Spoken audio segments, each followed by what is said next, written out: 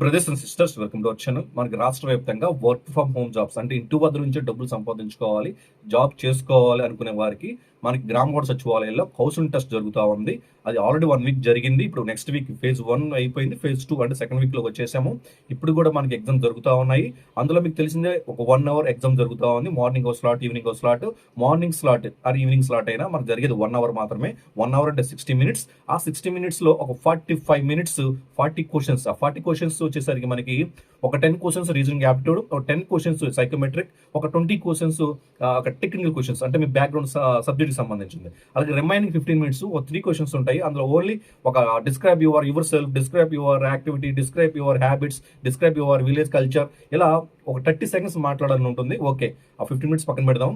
First thing, మంచి scoring area ఏదంటే మీ యొక్క కోర్ సబ్జెక్ట్. అంటే ఫస్ట్ 45 మినిట్స్లో ఏవైతే 20 క్వశ్చన్స్ టెక్నికల్ క్వశ్చన్స్ ఉన్నాయో అవి మోస్ట్ ఇంపార్టెంట్. చాలా మంది కామెంట్ చేశారు, అన్న మాది బీకమ్, మోస్ట్ మంది బీకమ్ అని పెట్టారు. సో బీకమ్ సంబంధించి ఏవైతే అకౌంట్స్ కామర్స్ ఉందో కామర్స్ సంబంధించి most important exam pattern point of వ్యూలో మీకు క్వశ్చన్స్ ఇవ్వడం జరిగింది. సో ఇది మీకు నచ్చితే సార్ దగ్గర సబ్జెక్ట్ ఉంది, యాక్యురేట్గా క్వశ్చన్స్ బాగా ఎక్స్ప్లెయిన్ చేశారని మీకు అనిపిస్తేనే లైక్ చేయండి, అనిపిస్తేనే మనకి హైప్ అని బటన్ ఉంది, హైప్ చేయండి. నచ్చితేనే సబ్స్క్రైబ్ చేసుకోండి. రైట్, మనకి లేట్ చేయకుండా మన టాపిక్లోకి వెళ్ళిపోదామా? టాపిక్లోకి వెళ్తే మనకు చూసినట్లయితే అండి, the father of modern economics చాలా ఇంపార్టెంట్ క్వశ్చన్ అండి. మీకు తెలిసిందే, ఇక్కడ డైరెక్ట్ ఆన్సర్ ఆడమ్ స్మిత్. మనం ఎవరైతే ఇంటర్మీడియట్లో commerce, micro economics, macro economics కొన్ని థీరీస్ వచ్చినాయి కదండి, అక్కడ మనకి మోడర్న్ ఎకనామిక్స్ ఆడమ్ స్మిత్. అది ఓల్డ్ అయితే అరిస్టాటిల్, మీకు తెలిసిందే. సో అలాగే goods purchased for resale are called goods purchase. Resale అంటే నేను ఒక కంపెనీ పెట్టాను, నేను గూడ్స్ కొన్నాను, బట్ ఏ పర్పస్ మీద కొన్నాను? గూడ్స్ని నేను రీసేల్ చేయడం పర్పస్ మీద కొన్నాను. మరి రీసేల్ చేస్తే అది నాకు ఏమవుతుందండి? ఎసెట్ అవుతుందా, స్టాక్ అవుతుందా, క్యాపిటల్ అవుతుందా, లైబిలిటీ అవుతుందా? నేను రీసేల్ మీద కొన్నాను కాబట్టి అది నాకు స్టాకే అవుతుంది. Resale first in first out, వచ్చినట్టు అమ్మటం, కొనటం, అంటే రీసేల్ మీద కొన్నాను కాబట్టి స్టాక్ అవుతుంది. మరి ఎప్పుడు ఎసెట్ అవుతుంది? అది క్లోజింగ్ స్టాక్ అయినప్పుడు ఎసెట్ అవుతుంది, అది ఫిక్స్డ్ ఎసెట్ అయినప్పుడు ఎసెట్ అవుతుంది. ఒకవేళ క్యాపిటల్ ఎప్పుడు అవుతుంది? వార్నర్ ఏదైతే కంపెనీ స్టార్ట్ చేస్తున్నారో అప్పుడు ఆ స్టాక్ తీసుకొస్తే అది క్యాపిటల్ అవుతుంది. లైబిలిటీ ఎప్పుడు అవుతుంది? ఆ స్టాక్ని మనం అప్పుగా తీసుకున్నప్పుడు, అంటే క్రెడిటర్స్ అంటాం కదా. క్రెడిటర్స్ అంటే అప్పు కదా, డెటార్స్ అంటే ఆస్తి, కరెంట్ ఎసెట్ అంటే ఆస్తి, డెటార్స్ అంటే అదే, క్రెడిటర్స్ అంటే అప్పు. ఎవరైతే కామర్స్ బ్యాక్గ్రౌండ్ ఉందో మొత్తం అర్థం అవుతుంది. రైట్, ఈ విధంగా మనకి సెకండ్ క్వశ్చన్ ఆన్సర్ స్టాక్ అంటే రీసేల్ కోసం మనం కొన్నాం కాబట్టి అది మనకి స్టాక్ అవుతుంది. నెక్స్ట్ మనకి ద బేసిక్ అకౌంటింగ్ ఈక్వేషన్. అసలు బేసిక్ అకౌంటింగ్ ఈక్వేషన్ ఏంటండి? ఎసెట్స్ ఈక్వల్ టు క్యాపిటలా? అంటే మనకి బ్యాలెన్స్ షీట్ ఉంటుంది, ఫైనాన్షియల్ బ్యాలెన్స్ షీట్ అంటాం. ఫైనాన్షియల్ బ్యాలెన్స్ షీట్స్లో మనకి ఎసెట్స్, లైబిలిటీస్ ఉంటాయి. దాంతోపాటు మనకి డిఫరెంట్ అంటే కరెంట్ ఎసెట్స్, ఫిక్స్డ్ ఎసెట్స్, అలాగే మనకి అది లైబిలిటీస్లో కరెంట్ లైబిలిటీస్, క్యాపిటల్, అవన్నీ క్రెడిటర్స్ అందరూ ఉంటారు కదా. ఇప్పుడు మనకి అసలు బేసిక్ అకౌంట్ ఈక్వేషన్ ఏంటి అంటే assets equal to capital plus liabilities. ఎందుకని క్యాపిటల్ లైబిలిటీ సైడ్ వేసిన లైబిలిటీ కాదంటే, క్యాపిటల్ అనేది వార్నర్కి, ఇప్పుడు మనం ఎప్పుడైనా అకౌంట్స్ ప్రిపేర్ చేసేటప్పుడు వార్నర్ పాయింట్ ఆఫ్ వ్యూలో వార్నర్ మనం అనుకోవాలి, అంటే కంపెనీ మనం అనుకోవాలి. వార్నర్ కూడా కాదండి, కంపెనీ మనం అనుకోవాలి. కంపెనీ ఇంట్రెస్ట్ తెచ్చినప్పుడు కంపెనీ మనం అనుకుంటే వార్నర్ క్యాపిటల్ తీసుకొస్తున్నాడు అంటే ఆ క్యాపిటల్ కూడా కంపెనీకి లైబిలిటీనే, బట్ క్యాపిటల్ అవుతుంది. Remaining liabilities. అందుకని assets equal to capital plus liability. Right, which of the following is not current asset? అసలు కరెంట్ ఎసెట్స్ అని మనం ఏంటని అంటాము?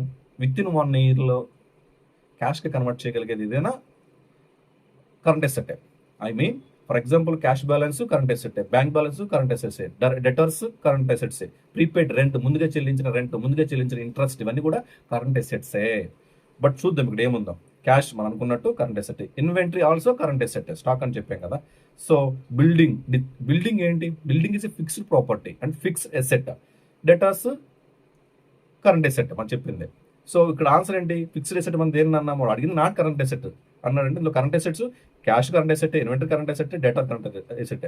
బిల్డింగ్ ఇది fixed asset, not current asset. Answer C, building. Debit means, debit అంటే ఏంటి? Salaries paid debit, rent paid debit, ఎస్ఆర్నో. Cash withdraw చేసినప్పుడు క్రెడిట్ చేస్తాము. అదే ఇప్పుడు మీరు మళ్ళీ ఆలోచించుకోండి, మీరు అకౌంట్స్ ప్రిపేర్ చేసేటప్పుడు కంపెనీ మనం అనుకోవాలి. Cash inflow debit, cash outflow credit. The same way debit means increase in liability. Increase in liability debit కాదు, increase in expense. Yes, for example salaries paid మనకి ఎక్స్పెన్సే కదా, శాలరీస్ పెరిగినాయి అంటే డెబిట్. ఇంక్రీజ్ ఇన్ ఎక్స్పెన్స్, అది salaries, example salaries తీసుకుంటున్నాను, expenses is debit. Increase అయిందంటే debit means okay. ఒకవేళ ఇంక్రీజ్ ఇన్ ఇన్కమ్ అంటే క్రెడిట్ అవుతుంది. సో సి ఆప్షన్ ఏముంది, ఇంక్రీజ్ ఇన్ ఇన్కమ్ అంటే క్రెడిట్ మీన్స్, మనకు కావాల్సిన డెబిట్ మీన్స్ అన్నాడు అంటే B answer, increase in expenses. అలాగే market where new securities issued, market where new securities అంటే ఫ్రెష్గా షేర్స్ ఇష్యూ చేసాం సెక్యూరిటీస్. మనకి మనకి స్టాక్ మార్కెట్ ఉంది కదా, stock market primary market secondary మార్కెట్గా మాట్లాడుకుంటాం. ప్రైమరీ మార్కెట్ సెకండరీ మార్కెట్గా. ప్రైమరీ మార్కెట్లో ఏం చేస్తాం అంటే ఫస్ట్ టైం షేర్స్ ఇష్యూ చేస్తే సెక్యూరిటీస్, ఫస్ట్ టైం దాన్ని మనం ఏమంటాం, ఐపీఓ అంటాం, ఇనిషియల్ పబ్లిక్ ఆఫర్ అంటాం, IPO, initial public offer, IPO. First time issue చేస్తాం కదా, వాటిని ఐపీఓస్ అంటాం. అండ్ ఇనిషియల్ పబ్లిక్ ఆఫర్ అంటే దాన్ని ఎక్కడ ఇష్యూ చేస్తాం, ప్రైమరీ మార్కెట్, ఓకేనా. అదే సెకండ్ టైం ఇష్యూ చేయాలంటే డైరెక్ట్గా సెకండరీ మార్కెట్కి వెళ్ళిపోతాం, దాన్ని మనం స్టాక్ మార్కెట్ అంటాం. మీకు అర్థమైందా? Okay right. ఇప్పుడు మా first option primary market, answer అక్కడే ఉందని ప్రైమరీ మార్కెట్. మనం అక్కడ secondary market, money market, capital market means secondary market also. So మనకు కావాల్సింది ఫస్ట్ టైం ఐపీఓ రిలీజ్ చేస్తాం, న్యూ సెక్యూరిటీస్, అది ప్రైమరీ మార్కెట్లో ఇష్యూ చేస్తాము, ఓకేనా right.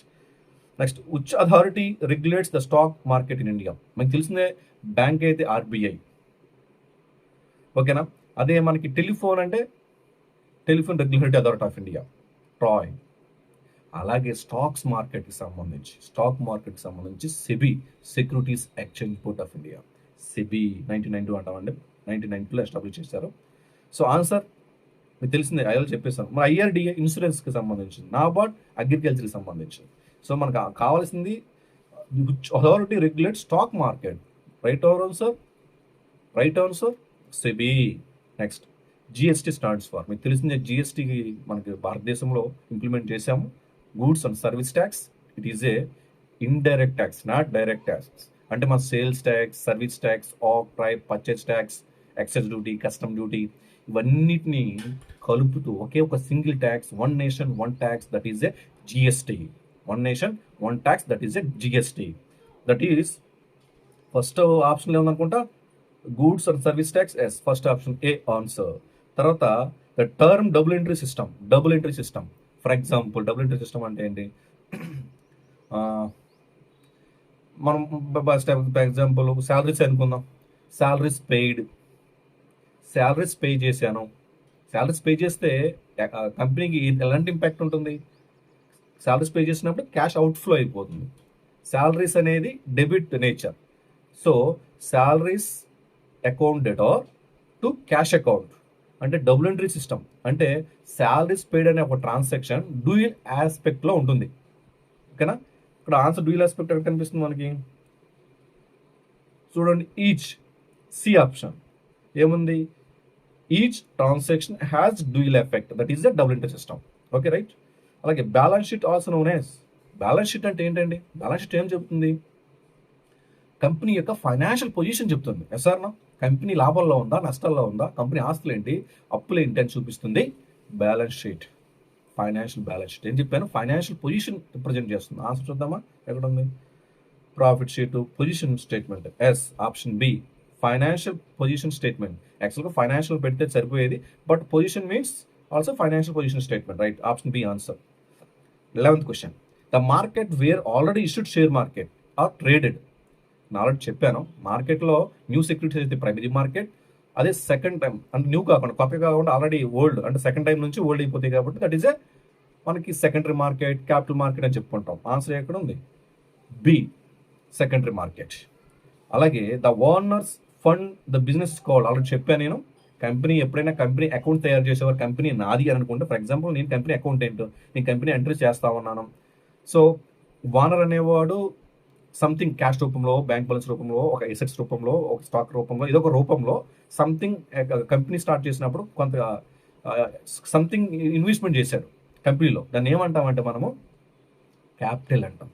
Answer capital, option B.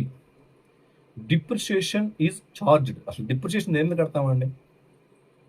Depreciation అంటే తరుగుదల. ఈ తరుగుదల, ఈ డిప్రిషియేషన్లో స్టాండర్డ్ మెథడ్ ఉంటుంది, డిమినిషింగ్ మెథడ్ ఉంటుంది, చాలా రకాలు ఉంటాయి. డిప్రిషియేషన్ మీద క్వశ్చన్ వచ్చింది, ఈ ప్రతి క్వశ్చన్ కూడా వచ్చినాయి. సో డిప్రిషియేషన్ మనం కరెంట్ అసెట్ మీద కడతామా? కరెంట్ అసెట్ మీద డిప్రిషియేషన్ ఎందుకు ఉంటుంది? అది ఫిక్స్డ్ ప్రాపర్టీ కాదు కదా. For example machinery, okay. For example నా దగ్గర ఫోన్ ఉందండి, ఇది 30,000 పెట్టి కొన్నాను. ఇది ఫ్యూచర్లో అమ్మితే 30,000 వస్తుందా? రాదు. అలాగే ఒక నా వెహికల్ ఉంది, మోటార్ వెహికల్, నేను కొన్నాను, అమ్మాను, ఏం రీసేల్ వాల్యూ వస్తుందా? ఖచ్చితంగా డిప్రిషియేషన్ క్యాలిక్యులేట్ చేస్తాను. కారు కొన్నాను 10 లక్షలు పెట్టి, మళ్ళీ అమ్మితే 10 లక్షలు వస్తుందా? ఖచ్చితంగా డిప్రిషియేషన్ ఉంటుంది. సో సో డిప్రిషియేషన్ అంటే ఇక్కడ ఏమడిగాడు క్వశ్చన్, డిప్రిషియేషన్ ఈజ్ చార్జ్. అంటే డిప్రిషియేషన్ దేని మీద క్యాలిక్యులేట్ చేస్తాం అంటే కరెంట్ అసెట్స్ మీద అయితే కాదు, ఫిక్స్డ్ ప్రాపర్టీస్. ఓకేనా? ఫర్ ఎగ్జాంపుల్ ఫిక్స్డ్ అసెట్స్ ఎక్కడ ఉంది? Option B, fixed asset. మళ్ళీ మీరు అర్థం చేసుకోవాల్సింది, ఒక ఫిక్స్డ్ అసెట్ మీద మాత్రం డిప్రిషియేషన్ ఉండదు, ఎప్రిషియేషన్ ఉంటుంది. కామెంట్ చేయండి, ఏ ఫిక్స్డ్ అసెట్ మీద డిప్రిషియేషన్ ఉండదు, ఎప్రిషియేషన్ ఉంటుంది. అంటే ఆ ఫిక్స్డ్ ప్రాపర్టీ మీద ఎప్పుడు ఆ ఫిక్స్డ్ ప్రాపర్టీ ధర పెరుగుతూనే, మార్కెట్ వాల్యూ పెరుగుతూనే ఉంటుంది, డిప్రిషియేషన్ ఉండదు. బిల్డింగ్, ఇప్పుడు బిల్డింగ్ ఉందండి, డిప్రిషియేషన్ ఉంటుంది. మిషనరీ, ప్రింట్ మిషనరీ కొన్నాం, డిప్రిషియేషన్, అది ఫిక్స్డ్ అసెటే, డిప్రిషియేషన్ ఉంటుంది. ఓకేనా? కారు డిప్రిషియేషన్ ఉంటుంది. బట్ ఒక ఫిక్స్డ్ అసెట్ మీద డిప్రిషియేషన్ ఉంటుంది, డిప్రిషియేషన్ అంటే ఇప్పుడు పెరుగుతూనే ఉంటుంది. అదేదో కామెంట్ చేయండి, right? Cash book records. Cash book రికార్డ్స్ని మనం ఎలా చూస్తాం? Cash transactions, only cash book అక్కడే ఉంది, క్యాష్ బుక్లో క్యాష్ ట్రాన్సాక్షన్సే రాస్తాం. ఓకేనా? క్యాష్ ట్రాన్సాక్షన్స్, అరువుకి అప్పుకు తీసుకున్న లాంటి రాయము, జస్ట్ క్యాష్ ఎఫెక్ట్ ఉంది అంటే క్యాష్ ట్రాన్సాక్షన్ రాస్తాం. Okay. Trial balance is prepared. అసలు ట్రయల్ బ్యాలెన్స్ అంటే ఏంటి? మనం కొన్ని ఎంట్రీస్ ఉన్నాయండి, కొన్ని ట్రాన్సాక్షన్స్ ఉన్నాయి, డ్యూయల్ ఆస్పెక్ట్ మెథడ్ ప్రకారం లెడ్జర్ ప్రిపేర్ చేస్తాం. లెడ్జర్ ప్రిపరేషన్ చేసిన తర్వాత ప్రతి లెడ్జర్కి ఒక క్లోజింగ్ అమౌంట్ వస్తుంది. ఓకేనా? వాటిని తీసుకెళ్ళి మనము ట్రయల్ బ్యాలెన్స్లో లెఫ్ట్ రైట్ టీ షేప్లో ఉంటుంది. ట్రయల్ బ్యాలెన్స్ టీ షేప్లో ఉంటుంది. ఎసెట్స్, లైబిలిటీస్, ఇన్కమ్, ఎక్స్పెన్సెస్, వాటిని డెబిట్ టీ షేప్లో ఉంటుంది. Debit and credit. Debit items మొత్తం డెబిట్లో వేస్తాం, క్రెడిట్ ఐటమ్స్ క్రెడిట్లో వేస్తాం. The trial balance represent assets, liabilities, incomes, expenses ఇవన్నీ కూడా ట్రయల్ బ్యాలెన్స్ ఇండికేట్ చేస్తూ ఉంటుంది. సో దాన్ని బట్టి మనం ఏం చెప్పుకోవచ్చు? ఎందుకు ప్రిపేర్ చేస్తామని అంటా ఉన్నారు? Check arithmetical accuracy. ఎస్, మన అర్థమెటికల్ యాక్యురసీ. ఎక్కడైనా ట్రయల్ బ్యాలెన్స్లో అర్థమెటిక్ యాక్యురసీ రాలేదండి, ఒక అకౌంట్ ప్రిపేర్ చేస్తాం. అకౌంట్ పేరు చెప్పండి, చెప్పిమంటారా? It is a suspense account, అనామత్ ఖాతా అంటాం. ఏమంటాం? అనామత్ ఖాతా అంటాం. Okay, right. అంటే ఏ అకౌంట్లోకి రానిది. Credit sales are recorded in. Credit sales దేంట్లో రాస్తామండి? క్రెడిట్ సేల్స్ క్యాష్ బుక్లో రాస్తావా? జోనల్ ప్రాపరా? సేల్స్ బుక్కా? చెప్పాలి. క్రెడిట్ సేల్స్ మనం దేని మీద మనం క్యాష్ సేల్స్ అని చెప్పాం. క్యాష్ సేల్స్ దేని మీద రాసాం? క్యాష్ సేల్స్ వచ్చేసరికి మనం క్యాష్ బుక్ అని రాసాం. క్రెడిట్ సేల్స్ సేల్స్ బుక్లో రాస్తాం. క్యాష్ ట్రాన్సాక్షన్స్ క్యాష్లో రాసాం. సేల్స్ ట్రాన్సాక్షన్ సేల్స్లో రాస్తాం. అలాగే the short term resource finance is short term. షేర్సా? కాదు. డిబెంచర్స్ మనకి డివిడెంట్ వస్తుంది డిబెంచర్స్ మీద, మనకి మీకు తెలిసిన కంపెనీలో. Bank loan. Okay, right. Trade bank loan కంటే ఫాస్టెస్ట్ షార్ట్ టర్మ్ సోర్స్ వచ్చేసరికి ట్రేడ్ క్రెడిట్. ఓకేనా? 1% కంపెనీ కాన్సెప్ట్ వాజ్ ఇంట్రొడ్యూస్డ్. 1% అంటే ఇండివిజువల్, అంటే సోలో ప్రొపరైటర్షిప్ అంటాం కదా, సొంతంగా వ్యాపారం, సింగిల్ వ్యక్తి. కంపెనీ అయితే 1956, మరి సోలో కంపెనీస్ యాక్ట్ ఆల్రెడీ 1956. మరి ఈ యొక్క సింగిల్ పర్సన్ అంటే 1% కంపెనీ సోలో ప్రొపరైటర్షిప్ వచ్చేసరికి 2013. అలాగే which is the direct tax? మనం ఆల్రెడీ చెప్పాము. డైరెక్ట్ ట్యాక్స్ అంటే ఇండైరెక్ట్ ట్యాక్స్ చెప్పేసాం మనం. జిఎస్టీ చెప్పాం, వ్యాట్ చెప్పాం, ఎక్సైజ్ ఇవన్నీ కూడా ఇండైరెక్ట్ ట్యాక్స్ అని చెప్పేసాం. మరి మిగిలిపోయింది ఏంటి? Income tax. It is a direct tax, ప్రత్యక్ష పన్ను, డైరెక్ట్గా మనం సంపాదించిన శాలరీస్ మీద. డైరెక్ట్ ట్యాక్స్ వచ్చేసరికి ఒక 5 సోర్సెస్ నుంచి వస్తాయి. Income from salary, income from house rent, income from business, income from other sources, income from capital gains. So ఈ 5 హెడ్స్ నుంచి మనం డైరెక్ట్ ట్యాక్స్ అంటే ఇన్కమ్ ట్యాక్స్ ఫైండ్ అవుట్ చేస్తాం. Which document is required to open bank account? PAN card, Aadhaar card, address book, yes, all of the above. So అన్ని ఆన్సర్సే కదా. So ఈ విధంగా చూడండి ఎంత నీట్గా మీకు ఎక్స్ప్లెయిన్ చేసాం. సో ఇదే విధంగా ప్రతి సబ్జెక్ట్ మీరు కామెంట్ చేస్తే ఏది కావాలనేది నేను టెక్నికల్ క్వశ్చన్స్ 20 ప్రిపేర్ చేస్తాను exact answer point exam point of వ్యూలో. ఓకే, అందరూ మనం అందరికీ జరగాలి. జై హింద్.